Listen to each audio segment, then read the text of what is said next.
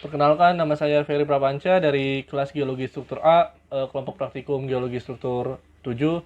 Pada kesempatan kali ini saya akan mencoba untuk menjelaskan praktikum stereografi kekar menggunakan stereonet. Ya, pertama-tama kita mempunyai 40 titik, 40 titik apa namanya bidang bidang kekar. Nah, ini kita sudah memplot strike dan dipnya sebanyak 4 kalkir. Di sini masing-masing satu kalkir ini kita plot 10 titik apa namanya kekar.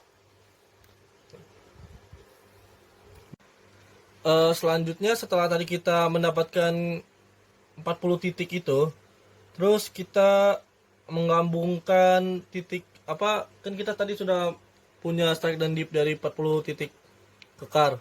Terus kita juga sudah mempunyai nilai polnya. Nilai polnya ini yang kita gabungkan dalam satu kalkir ini. Kemudian setelah itu, setelah kita menggabungkan titik-titik ini titik-titik polnya yang telah kita dapat di kalkir yang sebelumnya, kemudian kita buat klasternya menggunakan Carlsberg net. Menggunakan stereonet Carlsberg, kita buat klasternya seperti ini. Ada yang orientasinya berupa segi 5, ada yang berupa segi 6. Nah, setelah itu kita selanjutnya, setelah kita tadi mengklaster dari si titik polnya, kita gunakan kalkir yang baru. Kemudian kita plot ulang titik-titiknya. Nah, dengan cara kita hitung nih, misalkan si garis segi 6 ini terdapat beberapa titik pol. Misalkan ini satu, kita tandai dengan satu titik, berarti artinya ini satu titik. Kemudian kita berklaster lagi seperti ini, tergantung dia dari berapa melewati titik polnya. Misalkan satu, ya udah sih kita lingkari ini satu. Kalau misalkan dia seperti ini 13, berarti kita buat 13, 12, 11, 10, 9, 8, 7, 6 sampai 1 nih yang garis keluar ini. Setelah itu kita cari titik tertingginya, 2 titik tertinggi di antara klaster-klaster ini gitu. Kita mempunyai 13 nih, titik ini 13, dan juga di sini ada 10.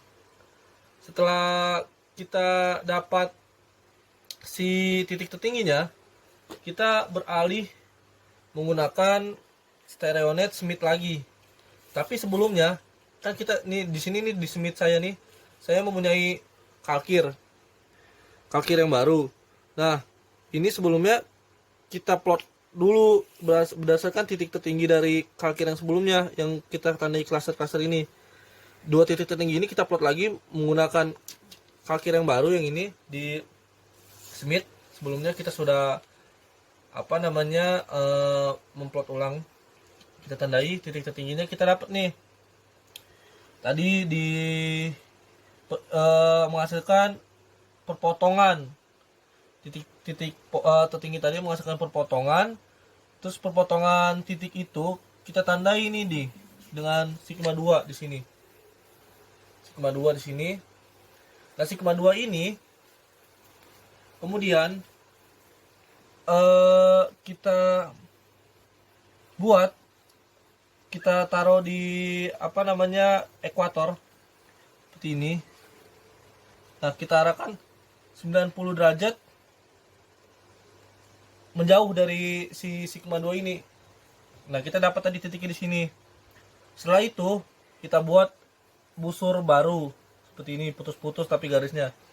Nah, setelah itu di antara si titik ini dengan titik ini nih, perpotongan ini dan ini, kita hitung berapa besarnya dari sini ke sini. Nah, jika dia kurang dari 90, maka kita sebut dia sigma 1.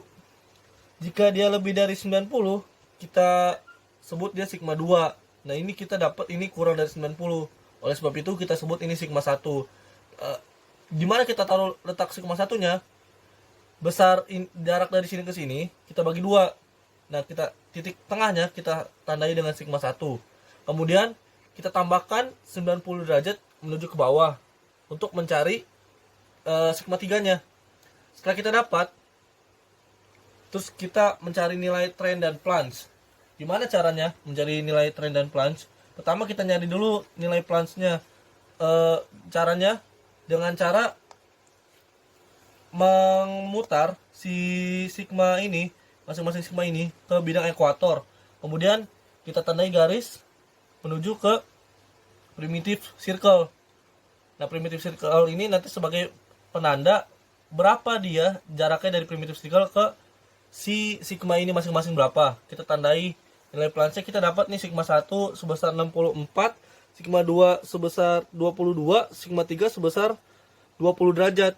Setelah itu kita nyari nilai trennya. Gimana cara nyari nilai trennya? Kita balikan lagi si kalkirnya ini, utara kalkir ini kita samakan dengan utara si stereonet. Kemudian kita hitung masing-masing dari si sigma ini berapa nilai trennya. Seperti contohnya ini sigma 2 kita hitung dari si north ini berapa nilainya. Caranya kan tadi kan kita sudah menggaris si nilai plunge dari si sigma 2 ini. Kita hitung ini kan 10, 20, 22, 24. 10, 20, 22 sebesar 22. Sebesar 20 derajat. 24 derajat.